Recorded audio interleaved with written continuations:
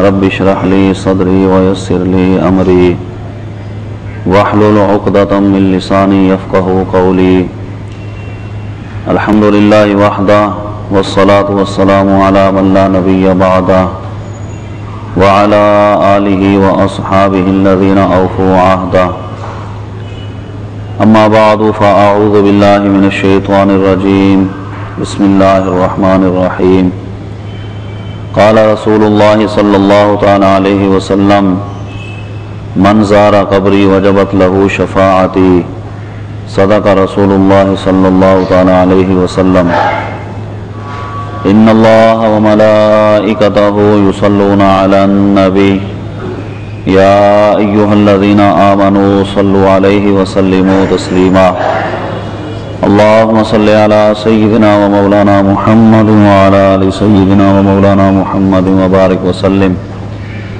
صلاة وسلام عليك يا سيدي يا رسول الله وعلى آلك وأصحابك يا سيدي يا حبيب الله. نبی کریم صلی اللہ تعالیٰ علیہ وسلم کی حدیث مبارکہ من زار قبری وجبت لہو شفاعتی، کہ جس نے میری قبر کی زیارت کی اس پر میری شفاعت لازم ہو گئی. اس حدیث مبارکہ کے تحت گزشتہ 2 درس میں نبی کریم صلی اللہ تعالیٰ علیہ وسلم کے شہر مدینہ اور سرکار دو عالم علیہ السلام کی بارگاہ کی حاضری کے کچھ آداب ذکر کیے گئے تھے. حج پر جانے والے اور عمرہ کی سعادت حاصل کرنے والے حضرات، اور یہ تمنا تو یقیناً ہر مسلمان کے دل میں ہوتی ہے کہ اللہ تبارک و تعالی در حبیب کی حاضری کی سعادت سب کو عطا فرمائے. تو اس نیت کے ساتھ کہ محبوب پاک صاحب الاولاق صلی اللہ تعالیٰ علیہ وسلم کی بارگاہ میں حاضر ہو کر صلاۃ و سلام کا نذرانہ پیش کیا جائے، سرکار کی بارگاہ میں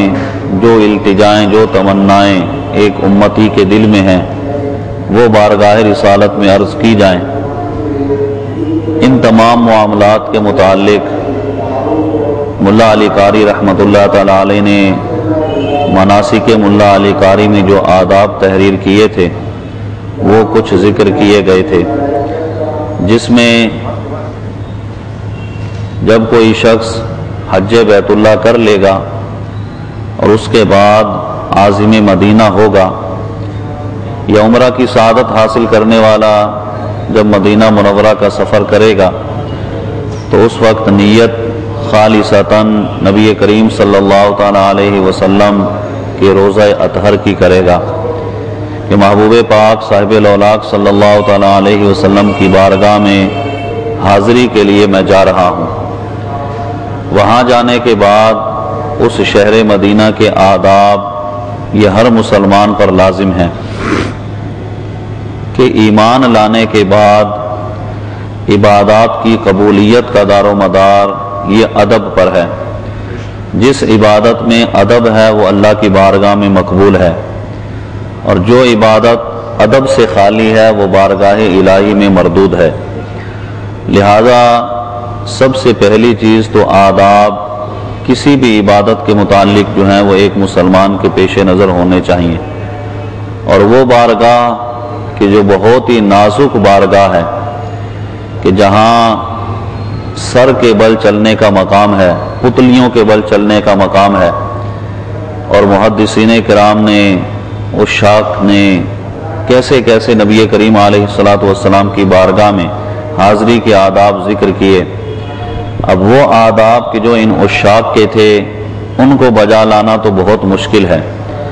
لیکن ظاہری طور پر جو چیزیں ہمارے سامنے آئیں ان کو پیش نظر رکھنا، ان کا ادب و احترام کرنا، کس طریقے سے بارگاہ رسالت میں حاضری ہوگی، یہ ایک مسلمان کے پیش نظر ہونا چاہیے.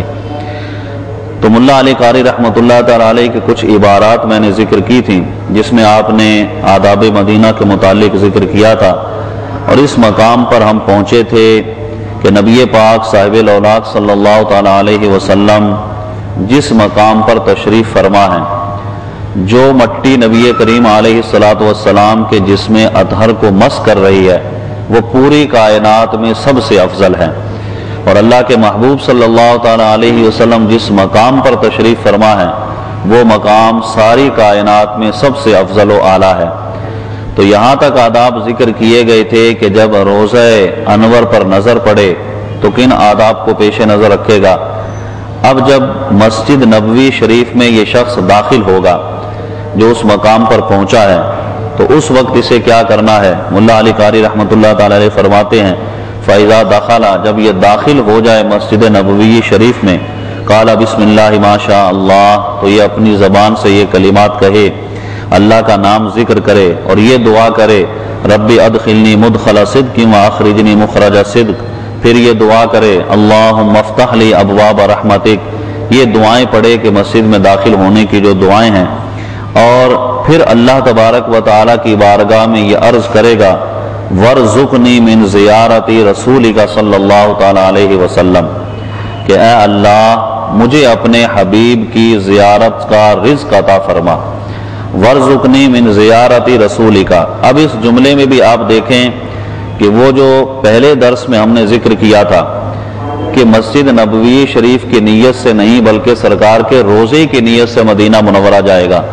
تو یہاں پر بھی آپ یہ فرماتے ہیں کہ جب اللہ کی بارگاہ میں دعا کرے گا تو دعا اس طرح سے کرے وَارْزُقْنِي مِن زِيَارَةِ رَسُولِكَ، قبری رسولی کا نہیں کہا، سرکار دو عالم علیہ الصلوۃ والسلام کی زیارت کے طفیل یا اللہ مجھے رزق عطا فرما۔ کون سا رزق عطا فرما؟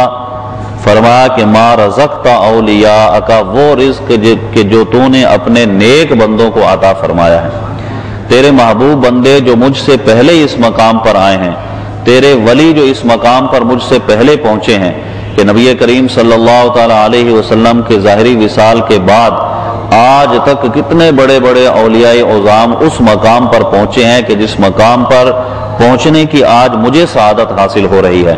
تو ان کا وسیلہ، ان کو جو تو نے رزق عطا فرمایا، جو ان کو ٹکڑا تو نے عطا فرمایا، یا اللہ اپنے حبیب کی زیارت سے اسی کا ایک حصہ مجھے بھی عطا فرما دے، کہ میں تو گناہگار ہوں، وہ نیک لوگ تھے جو اس مقام پر پہنچے، حضور سید غوث اعظم رضی اللہ تعالیٰ عنہ، حضرت خواجہ غریب نواز رضی اللہ تعالیٰ عنہ، کتنے بڑے بڑے اولیاء کرام اس مقام پر پہنچے ہیں، تو اللہ کی بارگاہ میں یہ دعا کرے کہ یا اللہ تو مجھے رزق عطا فرما، ما رزقت اولیاءک، جو تو نے اپنے ولیوں کو رزق عطا فرمایا، وَأَهْلَ طَاعَتِكَ، اور جو تیرے نیک بندے ہیں جو تو نے انہیں رزق عطا فرمایا۔ تو اپنے آپ کو گناہگار تصور کرے کہ میں سب سے بڑا گناہگار ہوں، جو یہاں پر نیک بندے آئے ہیں، جو نیک بندے اس مقام پر پہنچے ہیں، تو یا الہ العالمین ان نیک بندوں کا صدقہ جو تو نے انہیں یہاں پر سعادتیں عطا فرمائیں، جو رزق انہیں تو نے عطا فرمایا، جو نعمتیں انہیں اس بارگاہ میں حاضر ہونے کی عطا فرمائیں، یا اللہ وہ رزق اپنے حبیب کی زیارت سے مجھے بھی عطا فرما دے۔ تو یہ بارگاہ الہ میں عرض کرے، پھر کہے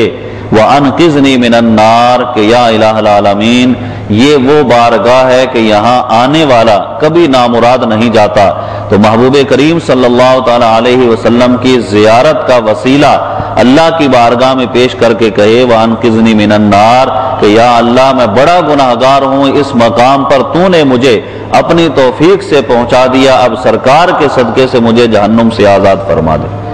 تو یہ دعا کرے کہ یا اللہ مجھے جہنم سے، دوزخ سے آزاد فرما دے، محبوب کریم علیہ الصلوۃ والسلام کی زیارت کے طفیل۔ وَاغْفِرْ لِي، اور میری بخشش فرما دے، وَارْحَمْنِی، مجھ پر رحم فرما، یا خیر مسئول، اے وہ ذات کہ جو سب سے بہتر ہے جس سے سوال کیا جائے، یعنی اللہ کے بارگاہ میں یہ سوال کرے کہ اے مالک و مولا تیری ذات سب سے بہتر ہے، جس سے سوال کیا جائے تو تو مجھے یہ سب چیزیں عطا فرما، یہ انعامات عطا فرما کہ جو تم اپنے نیک بندوں کو عطا فرمائے، اور جہنم سے مجھے آزاد فرما دے۔ اب اس وقت اس کی حالت کیا ہوگی؟ متواضعاً، تواضع کرتے ہوئے، متخشعاً، خشوع و خضوع کرتے ہوئے۔ ابھی یہ مواجع شریف میں پہنچا نہیں ہے، یہ اس سے پہلے کے آداب ذکر کیے جا رہے ہیں، یعنی جیسے ہی مسجد نبوی شریف میں جائے گا تو اس وقت کس طریقے سے حاضر ہو۔ ایک ادب تو یہاں پر یہ بھی ذکر کیا گیا وَيَدْخُلُ مِن بَابِ جِبْرَائِيلَ علیہ السلام، کہ داخل ہو باب جبرائیل سے، جیسا کہ کباب السلام باب السلام سے داخل ہوتا ہے، والاول افضل، لیکن باب جبرائیل سے داخل ہونا افضل ہے۔ اب یہاں پر بھی ایک بہت بڑا المیہ یہ ہے کہ باب جبرائیل سے داخل اب نہیں ہونے دیا جاتا، الا یہ کہ جب بالکل رش کم ہو، کوئی چلا جائے، ان کی نظروں سے اوجل ہو جائے تو اس طرف سے حاضری دے۔ نبی کریم صلی اللہ تعالی علیہ وسلم جس مقام پر تشریف فرما ہے جہاں آپ کا جسم اطہر ہے، تو باب جبرائیل سے جب ایک امتی کی حاضری ہوتی ہے تو اس وقت نبی کریم صلی اللہ تعالی علیہ وسلم کے اس طرف قدمین شریفین ہیں۔ اور ادب بھی یہی ہے کہ جب کسی کی بارگاہ میں حاضر ہو تو قدموں کی طرف سے حاضری دے۔ باب السلام سے کوئی شخص آئے گا تو نبی کریم علیہ السلام کے سر انور کی طرف سے حاضری ہوگی۔ اب دیکھیں یہ ہمارا جو نصاب جو کہ امت مسلمہ کا اتنا پہلے لکھا گیا، اس میں بھی یہ ادب لکھا گیا کہ افضل یہی ہے کہ باب جبرائیل سے داخل ہو، لیکن چونکہ وہاں جتنے بھی آداب ہیں ان پر آج کل پابندیاں لگائی جا رہی ہیں، اور یہ کوشش کی جا رہی ہے کہ لوگوں کے دلوں میں جو ادب ہے اس کو نکال دیا جائے۔ یہ آپ وہاں پر جو جانے والے ہیں ان سے پوچھیں، جو جا چکے ہیں ان کو تجربہ ہے، یعنی کوئی ایسی ڈھکی چھپی باتیں نہیں کہ کسی پر کوئی الزام لگایا جا رہا ہو۔ آپ دیکھیں کہ یہی معاملات وہاں پر آج ہو رہے ہیں۔ تو باب جبرائیل سے داخل ہونا یہ امت کا ایک نصاب ہے، یہ ایک طریقہ ہے جو ذکر کیا گیا، لیکن یہ بھی ذہن میں رہے کہ باب السلام سے آئے یا کسی بھی دروازے سے مسجد سے داخل ہو، سرکار کے مواجہ شریف میں پہنچے تو جائز ہے، کوئی ناجائز نہیں ہے۔ یہاں افضل لکھا گیا کہ افضل یہ تھا کہ ادھر سے جاتا، اب باب السلام سے آئے گا تو اس طرف سے بھی آ سکتا ہے، اور جب اس طرف سے داخل ہو کر اس مقام پر پہنچے گا تو یہاں تو جو ادب لکھا گیا وہ باب جبرائیل سے حاضر ہونے کا ہے، تو اب اس مقام سے جب یہ اس طرف جائے گا تو وہاں یہ کہا گیا کہ متواضعاً متخشعاً معظماً لحرمتہا، اس مقام کی حرمت بھی اس کے پیش نظر ہو کہ کتنا بڑا مقام ہے جس پر میں پہنچ رہا ہوں، ممتلئاً من ہیبت الحال بہا، اس کی حالت اس کی کیفیت پر ایک ہیبت بھی طاری ہو، متشاعراً لعظمتہ، وہاں کی عظمت کا بھی خیال رکھے، اور کس طرح سے نبی کریم صلی اللہ تعالی علیہ وسلم کی بارگاہ میں پہنچے گا۔ ملا علی قاری فرماتے ہیں کہ متشاعراً لعظمتہ صلی اللہ علیہ وسلم کأنہ یراہ، یہ جب اس مقام پر پہنچے تو اس عقیدے اس یقین کے ساتھ کہ گویا میں اپنے سامنے محبوب پاک کا دیدار کر رہا ہوں، اللہ کے محبوب صلی اللہ تعالی علیہ وسلم کی بارگاہ میں گویا کہ کھڑا ہو کر سرکار کو دیکھ رہا ہوں، اس طریقے سے اس نیت کے ساتھ اس مقام پر پہنچے گا۔ اب اس مقام پر پہنچنے کے بعد حزیناً، غم زدہ بھی ہو، ابھی مواجہ شریف کے مقام سے تھوڑا سا پیچھے ہے، غم بھی کرے، افسردہ بھی ہو، کس چیز کا غم ہو؟ متاسفاً علی فراقہ، کہ اتنا عرصہ محبوب کریم سے جدائی رہی ہے، کتنے سال اس شوق کو پالا تھا کہ محبوب کی بارگاہ میں حاضری ہو، تو اس پر غم کرے، افسوس کرے کہ کتنے طویل عرصے کے بعد بارگاہ رسالت میں میری حاضری ہو رہی ہے۔ وفوات رؤیتہ فی الدنیا، اور دنیا میں نبی کریم صلی اللہ تعالی علیہ وسلم کا دیدار جو ہے وہ کتنے عرصے کے بعد نصیب ہو رہا ہے۔ نبی کریم صلی اللہ تعالی علیہ وسلم کی حدیث مبارکہ میں یہ ذکر کیا گیا کہ جس نے خواب میں میری زیارت کی وہ عن قریب اپنی آنکھوں سے بھی میرا دیدار کرے گا۔ تو رحمت کونین صلی اللہ تعالی علیہ وسلم نے ان احادیث میں جو جملے ارشاد فرمائے تو وہ ایک مسلمان کے دل میں ایسا ذوق اور شوق پیدا کرتے ہیں کہ اللہ تبارک و تعالی ہمیں محبوب پاک کی زیارت سے سرفراز فرمائے۔ تو اب ایک زیارت تو یہ اس مقام پر ہو رہی ہے کہ محبوب کے روضہ انور کی، تو اس وقت بھی یہ غم، یہ سوچ، یہ فکر اس کے ذہن میں ہو کہ اتنے عرصے کے بعد یہاں پر میری حاضری ہوئی، اور اس سوچ کو پیش نظر رکھتے ہوئے فرماتے ہیں کہ وجیلاً، اس کی ذات پر خوف بھی طاری ہونا چاہیے، من الرد، کس چیز کا کہ کہیں ایسا نہ ہو کہ بارگاہ رسالت میں سلام عرض کروں اور اس کو رد کر دیا جائے، یہ خوف اس پر طاری ہو، لیکن ساتھ ہی ساتھ مع رجاء القبولی، اس امید کے ساتھ بارگاہ رسالت میں سلام عرض کرے کہ یہ کسی کا سلام رد نہیں فرماتے ہیں۔ لہذا اس ذوق اور شوق کے ساتھ مکثراً من الصلاۃ والسلام علی ھذا الرسول، کثرت کے ساتھ نبی کریم صلی اللہ تعالی علیہ وسلم پر درود و سلام پڑھے، متوسلاً بہ لوصول المأمول، اپنے دل میں جتنی بھی تمنائیں ہیں ان کے لیے محبوب کی ذات کو وسیلہ پیش کرے۔ اب یہاں پر یہ بھی ایک نظریہ اور عقیدہ ایک سوچ جو اہل سنت کی ہے، جو ابتدا سے چلی آ رہی ہے، اس پر بھی آج پہرا لگایا جا رہا ہے کہ نبی کریم علیہ السلام کی ذات کو وسیلہ پیش کرے۔ باب البقیع کے باہر جو لوگ گئے انہوں نے دیکھا بڑے بڑے بورڈ آویزاں کیے ہوئے ہیں، اسی طرح غار حرا کے پاس بھی ہیں اور دیگر مقامات پر بھی بورڈ لگے ہوئے ہیں کہ اللہ کی بارگاہ میں کسی بندے کا وسیلہ پیش کرنا یہ شرک ہے معاذ اللہ۔ یعنی اللہ کی بارگاہ میں کسی کا وسیلہ پیش کر کے دعا مانگنا، کسی کے توسل سے دعا مانگنا یہ شرک ہے۔ اب ایک تو آپ دیکھیں یعنی کتنا بڑا المیہ ہے، کتنی افسوس کی بات ہے۔ ایک تو یہ کہ اختلاف ہوتا ہے کسی چیز کے افضل کا یا غیر افضل کا، کہ یہ چیز بہتر ہے، یہ چیز بہتر نہیں ہے۔ یعنی یہ اگر کہا جاتا کہ اللہ کی بارگاہ میں بندوں کا وسیلہ پیش کرنا بہتر نہیں ہے، رب کی بارگاہ میں دعا کی جائے تو بھی چلو بات سمجھ میں آتی تھی کہ اختلاف بہتر اور غیر افضل کا ہے، لیکن یہاں پر تو صاف یہ کہا جاتا ہے کہ جائز اور ناجائز کے اختلاف میں کہ یہ وسیلے سے دعا کرنا خواہ وہ محبوب کی ذات ہی کیوں نہ ہو، اللہ کی بارگاہ میں کسی امتی نے کوئی وسیلہ پیش کر کے دعا مانگی تو معاذ اللہ یہ ابو جہل سے بڑا مشرک ہو گیا۔ تو اب یہ بورڈوں کے اوپر یہ عبارتیں لکھی ہوئی ہیں کہ کسی کے وسیلے سے اللہ کی بارگاہ میں مانگنا یہ شرک ہے، حالانکہ توسل کا عقیدہ ابتدا سے لے کر نبی کریم علیہ السلام کے صحابہ کرام نے سرکار کی ظاہری وصال کے بعد حضور کے توسل سے دعائیں مانگی، بڑے بڑے کام سرکار کے وسیلے سے پورے، اور بے شمار احادیث مشکات میں موجود ہے، بخاری میں احادیث موجود ہیں جن میں صحابہ کرام علیہم رضوان نے سرکار کی بارگاہ میں سرکار کا وسیلہ پیش کیا، حضرت عبداللہ بن عباس کا وسیلہ پیش کیا، دیگر حضرت عباس کا وسیلہ پیش کیا جو حضرت عبداللہ رضی اللہ تعالیٰ عنہ کے والد ہیں۔ تو گویا کہ بے شمار صحابہ کرام سے احادیث میں یہ چیز ثابت ہے، لیکن آج اسی چیز کو کہا جا رہا ہے کہ یہ شرک ہے کسی کے وسیلے سے دعا مانگنا۔ تو ہم تو ان لوگوں سے مخاطب ہیں کہ جو عقیدت رکھتے ہیں، جن کے ذہن میں یہ سوچ اور فکر ہے کہ نبی کریم صلی اللہ تعالیٰ علیہ وسلم کی بارگاہ وہ بارگاہ ہے کہ جو وہاں سے ہو یہیں آ کے ہو، جو یہاں نہیں تو وہاں نہیں۔ اللہ تبارک و تعالیٰ اپنے محبوب کی بارگاہ سے وہ کچھ عطا فرما دیتا ہے، اور کیسے نہ عطا فرمائے کہ رب تبارک و تعالیٰ اپنے حبیب سے محبت جو بہت زیادہ فرماتا ہے، یہاں تک کہ اللہ کے محبوب صلی اللہ تعالیٰ علیہ وسلم کی بارگاہ میں یہ جو انہوں نے یہ لکھا کہ متوسلاً بہ الوصول معمول، کہ جو اس کے دل میں تمنائیں ہیں، جو یہ مانگنا چاہتا ہے اس نیت کے ساتھ کہ سرکار مجھے عطا فرمائیں گے، حضور کے وسیلے سے رب کی بارگاہ میں عرض کرے۔ حالانکہ یہاں پر دیکھیے کہ انہوں نے اس بات کو لکھا،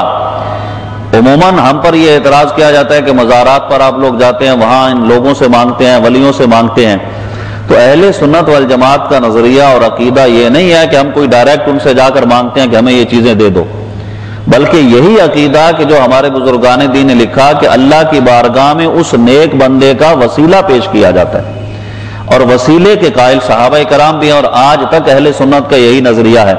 اور نبی کریم علیہ السلام کا وسیلہ بھی پیش کیا جائے گا۔ تو مزارات پر کوئی شخص جائے تو وہاں پر بھی یہی طریقہ ہے، اللہ کی بارگاہ میں دعا کرے اس یقین کے ساتھ کہ سب کچھ عطا کرنے والا اللہ ہی ہے، لیکن اللہ اپنے بندوں سے اور ان بندوں سے جو یہاں پر مدفون ہیں ان سے اتنی محبت کرتا ہے کہ انہوں نے اپنی ساری زندگی نیکیوں میں گزاری، میں گناہگار ہوں، میری دعا کی قبولیت میں تاخیر ہو سکتی ہے، رب کی بارگاہ میں جب اس نیک بندے کا وسیلہ پیش کروں گا تو اللہ اس کے وسیلے سے میری دعا کو جلدی قبول فرما لے گا۔ تو اس سوچ اور نیت کے ساتھ دعا مانگی جاتی ہے، اس میں کوئی حرج نہیں، اور یہی ہمارا نظریہ ہے۔ تو اسی طرح اب جب اولیاء کرام کا وسیلہ پیش کرنا رب کی بارگاہ میں درست ہے تو اللہ کے محبوب صلی اللہ تعالیٰ علیہ وسلم کی ذات تو سب سے افضل و اعلیٰ ہے۔ تو ارشاد فرمایا کہ وہاں اس وسیلے کے ساتھ دعا کرے کہ اللہ تبارک و تعالیٰ ان کے وسیلے سے مجھے یہ ساری نعمتیں عطا فرما دے۔ اور سرکار دو عالم علیہ السلام کی ذات تو ایسی ذات ہے کہ اللہ تبارک و تعالیٰ نے تمام خزانوں کی چابیاں سرکار کو عطا فرما دی، اور حضور کو تو یہ اختیار بھی عطا فرما دیا کہ جسے جو چاہیں عطا فرمائیں، جس سے جو چاہیں روک لیں۔ تو بارگاہ رسالت میں تو ڈائریکٹ بھی کوئی مانگے گا تو یقیناً اسے سرکار عطا فرمائیں گے، کہ نبی کریم صلی اللہ تعالیٰ علیہ وسلم خود ارشاد فرماتے کہ انما انا قاسم اللہ یعطی، لا ورب العرش، جس کو جو ملا ان سے ملا، بٹتی ہے کونین میں نعمت رسول اللہ کی۔ تو سرکار دو عالم علیہ السلام کا فیض پوری دنیا میں تقسیم ہو رہا ہے، اور خود حدیث میں یہ کلمات موجود ہیں کہ اللہ تبارک و تعالی عطا فرماتا ہے اور میں لوگوں کے درمیان تقسیم فرماتا ہوں۔ آپ دیکھیں نا کہ دنیا کی نعمتیں، دنیاوی مال و اسباب، دنیاوی چیزیں تو اپنی جگہ پر رہی، حافظہ جو ایک ایسی چیز ہے کہ انسان اگر سوچے تو اس کی سوچ میں بھی نہ آئے، سیدنا ابو ہریرہ رضی اللہ تعالیٰ عنہ کو حافظہ عطا فرما دیا کہ جب سرکار نے جھولی کے اندر اپنے ہاتھ سے ڈال دیا تو کہتے ہیں کہ خدا کی قسم اس کے بعد میں کبھی کوئی حدیث بھولا نہیں ہوں۔ تو نبی پاک صاحب الاولاق صلی اللہ تعالیٰ علیہ وسلم یہ ساری چیزیں عطا فرماتے ہیں۔ یقین اور کامل یقین ہونا چاہیے کہ اللہ نے اپنے محبوب کو یہ اختیارات دیے ہیں اور ہم سرکار کی بارگاہ میں یہ عرض کر رہے ہیں۔ تو جب نبی کریم صلی اللہ تعالیٰ علیہ وسلم سب کو عطا فرماتے ہیں، ایک شامی بزرگ کا واقعہ میں نے پہلے بھی ایک مرتبہ شاید عرض کیا تھا کہ انہیں کسی نے کہا کہ نبی کریم صلی اللہ علیہ وسلم کی بارگاہ سے کیوں مانگتے ہو، یہ کسی کو کیا دے سکتے ہیں؟ معاذ اللہ، جیسا کہ لوگوں کا نظریہ ہے کہ اولیاء کرام کسی کو کچھ نہیں دے سکتے، نبی کسی کو کچھ نہیں دے سکتے۔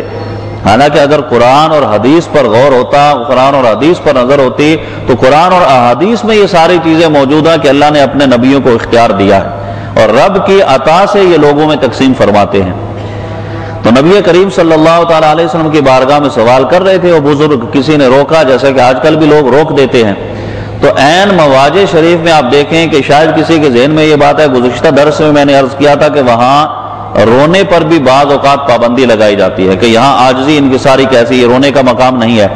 تو شاید کوئی سوچے کہ ہم تو مسجد نبوی شریف میں بیٹھ کر رو بھی لیتے ہیں، گنبد خضرا کے سامنے بھی رو لیتے، کوئی ہمیں روکتا نہیں۔ تو میں نے بات کی تھی عین مواجہ شریف کی۔ مواجہ شریف میں آپ عجز و انکسار کے ساتھ کھڑے ہوں ہاتھ باندھ کر، آپ کی آنکھوں سے آنسو آ جائیں، آپ کو وہاں کھڑا نہیں ہونے دیں گے، پکڑ کے باہر نکال دیں گے۔ اول تو وہاں ہاتھ ہی باندھنے نہیں دیں گے۔ ہاتھ باندھنے کے متعلق انشاءاللہ آگے آئے گا کہ ملا علی قاری رحمۃ اللہ نے جو طریقہ لکھا کہ کس طرح سے وہاں پر کھڑا ہوگا، کہ جو اہل سنت کا نظریہ ہے، جو تمام محدثین کرام نے لکھا اور آج تک جو مطلب امت کا نظریہ اور سوچ چلی آتی رہی، یہ تو چند سال ہوئے یہ لوگ قابض ہوئے اور انہوں نے اس طرح کی چیزیں وہاں پر رائج کر دی اور لوگوں کے دلوں سے ادب و احترام نکال دیا۔ کوئی آدمی یہ نہ سوچے کہ ان لوگوں کا کوئی ایسا معاملہ یہاں پر یہ ذکر کیا جا رہا ہے کہ ہمیں معاذ اللہ ان سے کوئی بغض و عناد ہے، ایسی بات نہیں، ساری باتیں دلیل کے ساتھ بیان کی جا رہی ہیں۔ اور پھر یہ کہ یہ وہ عرب نہیں ہے، بعض لوگوں کے ذہن میں آتا ہے کہ دیکھو یہ عرب ہیں اور عرب کی تعظیم کرنے کا سرکار نے حکم دیا کہ جو عرب ہیں ان کی تعظیم کی جائے۔ تو یہ سعودی گورنمنٹ جو ہے یہ عرب نہیں ہے، یہ عربی نہیں ہے، یہ سعودی ہیں۔ سعودی اور عربی میں فرق ہے۔ عربی اگر آپ دیکھنا چاہیں تو آج بھی اللہ تبارک و تعالیٰ وہاں آپ کو لے جائے، جو وہاں پر گئے انہوں نے دیکھا کہ اصحاب صفہ پہ اور نبی کریم علیہ الصلوۃ والسلام کے قدمین شریف میں نے عصر کے بعد یا مغرب کے بعد بڑے پرانے بزرگ بیٹھے ہوتے ہیں، یہ عرب کہلاتے ہیں، یہ عربی ہیں اصل جو وہاں کے رہنے والے تھے۔ اب ان کی نسلوں میں ظاہر سی بات ہے کہ کچھ ہی لوگ باقی رہ گئے، تو اب وہ اتنے محبت والے ہیں کہ ان کی آنکھوں سے آنسو جاری رہتے ہیں کہ آج یہاں پر ہو کیا رہا۔ تو وہ عرب ہیں کہ جن کی محبت کرنے کا، جن کی تعظیم کرنے کا حدیث میں حکم دیا گیا۔ ان لوگوں نے تو قبضہ کیا تھا، اقتدار چھینا، اس کے بعد یہ قابض ہوئے۔ اگر آپ تاریخ پڑھیں تو تاریخ میں پورے حالات ان لوگوں کے درج ہیں۔ تو اب یہ کہ یہ سعودی ان کی تعظیم کا وہ حکم نہیں ہے، ہاں یہ اگر ان چیزوں کو نافذ کر دیتے، ان کو رائج کر دیتے جو اہل محبت کے سارے معاملات ہیں، تو ہم بھی ان کے ساتھ وہی سلوک کرتے اور ظاہر سی بات ہے کہ ان پر کوئی اس طرح کا معاملہ تان نہ آتا۔ آپ ایک سیدھی سی بات دیکھ لیں کہ شاید کوئی یہ سمجھے کہ یہ چیزیں ہم وہاں پر نہیں دیکھتے۔ آپ بیت اللہ شریف سے باہر نکلیں، جس مقام پر نبی کریم علیہ الصلوۃ والسلام کی جائے ولادت جو ہے، جہاں پر لائبریری ہے، جہاں نبی کریم علیہ الصلوۃ والسلام کی ولادت ہوئی تھی، وہاں پر لائبریری بنا دی گئی۔ چلیں لائبریری بنا دی گئی، ایک مقدس مقام ہے کہ جس مقام پر سرکار کی ولادت ہوئی، ظاہر سی بات ہے کہ مومن کے لیے اس سے بڑھ کر ادب والا مقام کون سا ہوگا، اور وہاں اگر دعا مانگے گا تو وہاں کی قبولیت تو بہت بڑی ہے کہ جہاں سرکار کی ولادت ہوئی، سرکار کے اس جائے ولادت کے وسیلے سے اللہ کی بارگاہ میں دعا مانگے۔ وہاں پر بورڈ لگا ہوا ہے، اور پہلے تو بورڈ ہی تھا، اب شرطے کھڑے ہوئے ہیں، وہاں آپ کو کھڑا ہو کر دعا نہیں مانگنے دیں گے۔ آپ جو جاتے ہیں ان سے پوچھ لیں تاکہ آپ کے سامنے یہ بات واضح ہو جائے کہ یہ کوئی ڈھکی چھپی باتیں نہیں ہے، وہاں کھڑے ہو کر دعا مانگنے نہیں دیں گے۔ اگر کوئی کھڑا ہوگا تو اسے باقاعدہ بتائیں گے کہ یہاں پر دعا کا کوئی ذکر نہ تو قرآن میں ہے نہ حدیث میں ہے، یہاں پر دعا مانگنے کا کوئی فائدہ نہیں، آپ یہاں سے آگے چلے جاؤ، وہاں سے نکال دیں گے، وہاں کھڑا نہیں دیں گے۔ تو اب یہ کہ یہ سب چیزیں وہاں پر ہو رہی ہیں تو دل روتا ہے کہ یہ سب چیزیں وہاں پر ہیں، اور ہمارے بھولے بالے مسلمان جو وہاں جاتے ہیں تو ان کی باتوں میں آ جاتے ہیں۔ حالانکہ پہلے ان چیزوں کو سیکھنا چاہیے تھا کہ ہمیں وہاں کس طریقے سے حاضری دینی ہے، کن آداب کو پیش نظر رکھنا ہے۔ آپ غور کریں نا کہ نبی کریم صلی اللہ تعالیٰ علیہ وسلم کی جائے ولادت کتنا متبرک مقام ہے۔ ایک یہی نہیں بلکہ اس سے پہلے کتنے متبرک جگہیں تھی جنہیں انہوں نے ختم کر دیا۔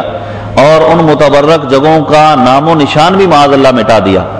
تو نبی کریم علیہ الصلوۃ والسلام کی جائے ولادت پر بھی آپ کو اب تو اردو میں بھی بورڈ لکھا ہوا مل جائے گا، اردو میں بھی وہاں یہ جملے لکھے ہیں کہ یہ کوئی حدیث سے ثابت نہیں ہے، یا رکنا ثابت نہیں ہے، یا دعا مانگنا ثابت نہیں۔ اب یہاں سے آگے چلے جائیں تو اللہ کے بندو ذرا غور کرو، سوچو کہ جس مقام پر محبوب کائنات کی ولادت ہوئی ہے، جن کی وجہ سے پوری کائنات کو سجایا گیا، کہ اگر نبی پاک صاحب الاولاد صلی اللہ تعالیٰ علیہ وسلم کو پیدا کرنا مقصود نہ ہوتا تو یہ کائنات بھی نہ بنتی۔ تو جن کی ذات کے سبب سے اس کائنات کو بنایا گیا، جس مقام پر ان کی ولادت ہوئی، اس سے بڑھ کر عظمت والا مقام کون سا ہوگا؟ تو جب اس کے وسیلے سے اللہ کی بارگاہ میں دعا کریں گے تو رب کیسے اس دعا کو قبول نہیں کرے گا؟ لیکن آج وہاں بھی روکا جا رہا ہے۔ تو یہ سب چیزیں بدیہی ہیں، نظر آنے والی ہیں، اور جو اہل علم ہیں یا جو یہ سوچ اور فکر رکھتے ہیں، سمجھتے ہیں، ان چیزوں کو دیکھتے ہیں اور ان کا دل روتا ہے۔ اب مسجد نبی شریف میں آپ بیٹھ کر آنسو بہاتے ہیں، روتے ہیں، اس میں کوئی حرج نہیں، اس لیے کہ کوئی وہاں پر قریب میں جب نہیں ہوگا تو نہیں روکے گا۔ لیکن عین مواجہ شریف میں ظاہر سی بات ہے کہ اس مقام پر جب سرکار کی بارگاہ میں یہ ادب ذکر کیا گیا کہ کأنہ یراہ، اس طرح سے کھڑا ہو کہ گویا تو سرکار کو دیکھ رہا ہے، اب اس مقام پر ایک امتی کی آنکھوں سے آنسو نکل پڑتے ہیں کہ میں کتنا گناہگار ہوں، لیکن اللہ نے کتنا کرم کیا کہ محبوب کے قدموں میں لا کر مجھے کھڑا کر دیا، اب اسے وہاں پر رونے سے روک دیا جائے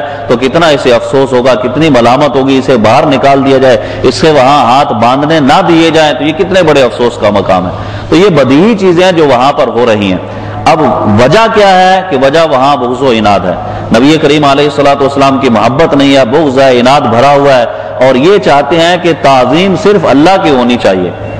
کسی اللہ کے نبی کی، کسی ایسی معظم کی تعظیم ان کے نزدیک جائز نہیں ہے۔ حالانکہ میں نے ابتدا میں ذکر کیا کہ ساری عبادات کا مرکز اور محور جو ہے وہ ادب اور تعظیم ہے، ادب اور تعظیم نہیں ہے تو کچھ بھی نہیں ہے۔ تو گویا کہ یہ آداب یہاں پر ذکر کیے گئے کہ نبی کریم علیہ الصلوۃ والسلام کے وسیلے سے دعا مانگے۔ تو وہ میں عرض کر رہا تھا کہ شامی بزرگ دعا مانگ رہے تھے اور سرکار کی بارگاہ میں عرض کر رہے تھے کہ سرکار جب حافظہ حضرت ابو ہریرہ کو عطا فرما سکتے ہیں تو آج ہم سرکار کی بارگاہ میں استقامت ایمان کی دعا مانگے تو سرکار وہ بھی عطا فرمائیں گے۔ تو جب یہ دعا کر رہے تھے تو انہوں نے جب دعا کے کلمات کہے تو کسی شرطے نے روکا کہ ان سے کیوں مانگتے ہو، یہ کیا دے سکتے ہیں، یہ تو کچھ نہیں دیتے معاذ اللہ۔ تو انہوں نے کہا کہ یہ ہمیں ہی نہیں دیتے، یہ تمہیں بھی سب کچھ دیتے ہیں۔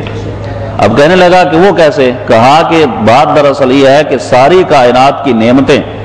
تقسیم جو ہوتی ہیں وہ محبوب کے ہاتھوں سے ہوتی ہیں۔ بخاری کی حدیث ہے انما انا قاسم اللہ یعطی، اللہ عطا فرماتا ہے، محبوب تقسیم فرماتے ہیں۔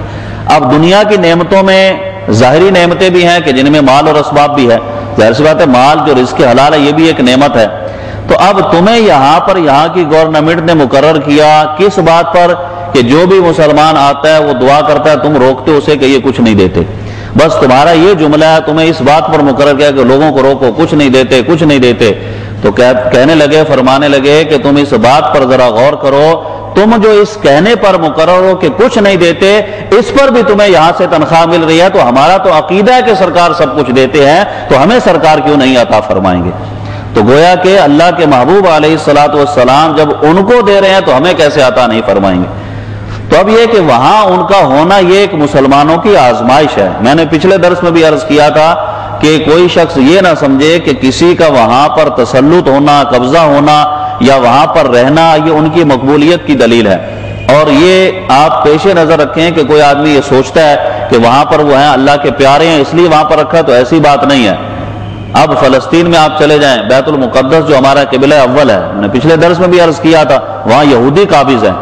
تو یہودی کو اللہ کے محب تھوڑی ہیں، اللہ تعالیٰ ان سے کوئی محبت تھوڑی کرتا ہے جو انہیں قبضہ دیا ہوا ہے، بس ان کا قبضہ ہے، ان کا تسلط ہے، یہ اللہ کی مشیت ہے۔ تو ایک ہے رب کی رضا اور ایک ہے رب کی مشیت، اس میں فرق ہے۔ یہ آپ ہمیشہ پیش نظر رکھیں کہ رب کی رضا اور رب کی مشیت میں فرق ہے۔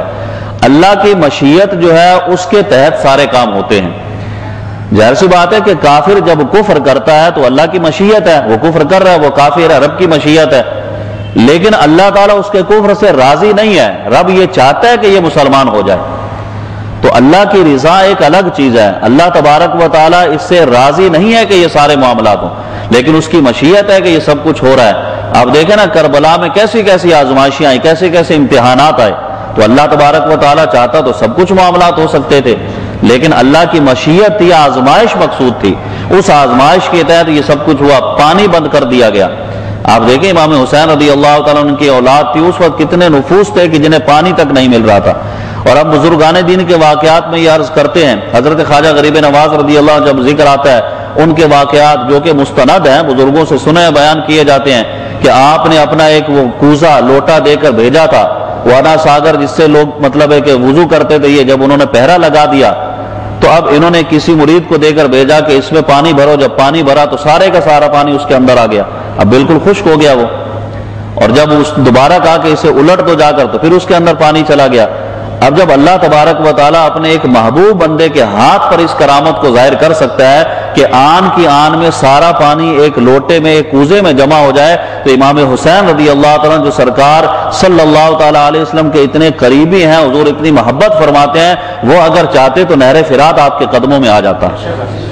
لیکن اللہ کی مشیت یہ تھی کہ آزمائش ہو، امتحان ہو، اس آزمائش اور امتحان کے تحت یہ سارے معاملات ہوئے تھے۔ تو اسی طرح ان لوگوں کا وہاں پر ہونا یہ ہماری آزمائش ہے کہ ہم جب وہاں پر جائیں تو ہمیں کس طریقے سے ادب و احترام کو پیش نظر رکھنا ہے اور ان کے شر سے ہمیں اپنے آپ کو کیسے بچانا ہے۔ اب یہ تو وہاں کی بات ہے نا، اب یہاں پر بھی دیکھیں نا، آپ کے گرد و نواح میں ظاہر سی بات ہے بد مذہب لوگ ہیں کہ جو دین اسلام سے روکنے کی بھی کوشش کرتے ہیں، جو اللہ کے محبوب بندوں سے روکنے کی بھی کوشش کرتے ہیں، جو مزارات پر جانے سے روکنے کی کوشش کرتے ہیں، آپ کی نظر و نیاز کو ناجائز کہتے ہیں، آپ کے جتنے معاملات ہیں ان کو ناجائز کہتے ہیں، تو ان سے بھی تو ہم اپنے آپ کو بچاتے ہیں،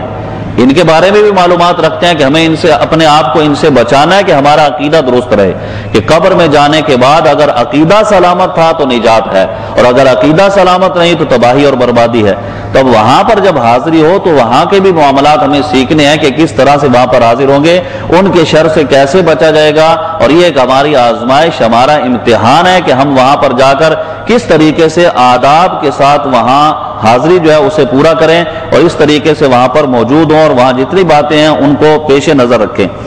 جب یہ اس مقام پر پہنچ جائے گا تو اب اس وقت کے کچھ آداب مزید ذکر کیے گئے۔ ملا علی قاری فرماتے ہیں رحمۃ اللہ تعالی علیہ کہ یہ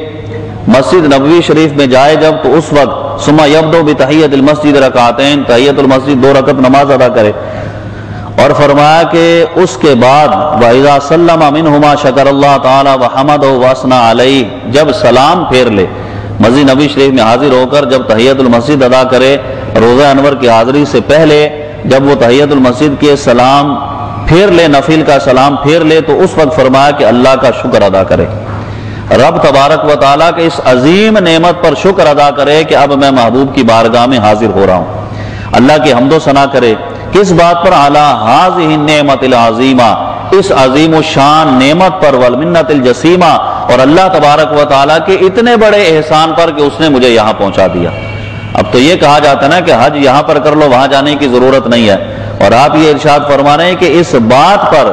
اللہ کا شکر ادا کرے، اس کی حمد کرے کہ یا اللہ تیرا کروڑ احسان ہے کہ میں اس قابل نہیں تھا، تو نے انعام فرمایا، مجھے اس مقام پر پہنچا دیا، اور فرمایا وَيَسْأَلُهُ إِتْمَامَهَا، محشی لکھتے ہیں کہ دوامہا، یعنی اس وقت اللہ کی بارگاہ میں جتنے اور سوال کرے، یہ بھی سوال کرے کہ یا اللہ تو نے مجھے حاضری کی توفیق تو عطا فرما دی، اب یہ یہاں پر آنے کے بعد مجھ سے یہ توفیق چھیننا نہیں، بلکہ بار بار مجھے سرکار کی بارگاہ میں حاضری کی سعادت عطا فرمانا۔ دوام، اس کے دوام کا سوال کرے کہ یا اللہ بار بار میں محبوب کی بارگاہ میں آؤں، بار بار اس مقام پر حاضری دوں، وہاں پر جو ہے اس طریقے سے سوال کرے، اور ارشاد فرمایا وَفَرَغَ الْقَلْبَ مِنْ كُلِّ شَيْءٍ مِنْ أُمُورِ الدُّنْيَا، دنیا کے تمام معاملات سے اپنے دل کو فارغ کر لے۔ اب یہ ایک وہاں پر یہ بھی بہت بڑا عالمیہ، میں نے ابتدا میں یہ عرض کیا تھا کہ کچھ ہماری اپنی خامیاں بھی ہیں، ظاہر سی بات ہے ہمیں اپنی غلطیاں بھی پیش نظر رکھنی ہیں کہ ہم کوئی ایسا وہاں پر کام نہ کریں کہ جس کی وجہ سے ہماری عبادتیں ضائع ہو جائیں، ہمارا ذوق ختم ہو جائے۔ آپ یہ ارشاد فرما رہے ہیں کہ اپنے دل کو دنیا کے تمام امور سے خالی کرے، اور فرمایا کہ وَأَقْبَلَ بِكُلِّيَّتِهِ لِمَا هُوَ بِصَدَدِهِ، جتنی بھی باتیں ہیں دنیا کے معاملات کی ان کو ختم کر کے ساری کی ساری توجہ اب اس بات پر رکھ کے کہ مجھے محبوب کی بارگاہ میں حاضری دینی ہے۔ لِيَسْلِعَ قَلْبُهُ لِلِاسْتِمْدَادِ مِنْهُ صلی اللہ تعالی علیہ وسلم، یہ یہاں پر وہ نظریہ بیان کر دیا، اپنے دل کو ہر چیز سے فارغ کر لے، کس چیز کے لیے؟ لِلِاسْتِمْدَادِ مِنْهُ صلی اللہ علیہ وسلم، اللہ کے حبیب صلی اللہ تعالی علیہ وسلم سے مدد طلب کرنے کے لیے۔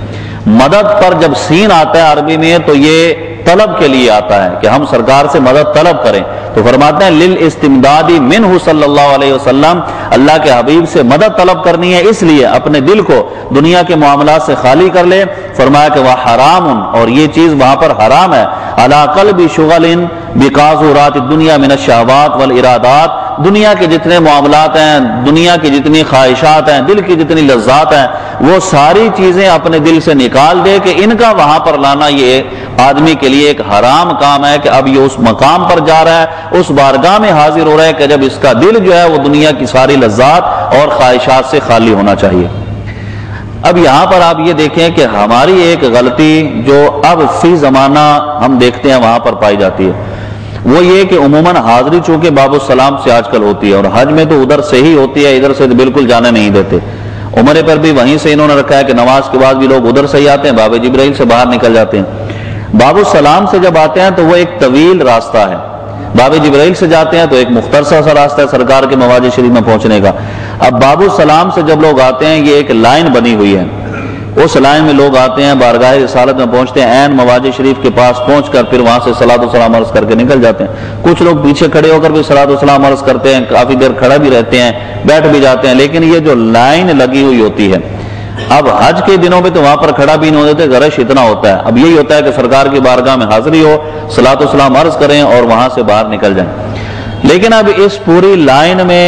اب اگر آپ دیکھیں تو شاید ہی کوئی بندہ آپ کو ایسا نظر آئے جس کے ہاتھ میں موبائل نہ ہو۔ یہ اب فی زمانہ جو معاملات ہیں وہ میں عرض کر رہا ہوں۔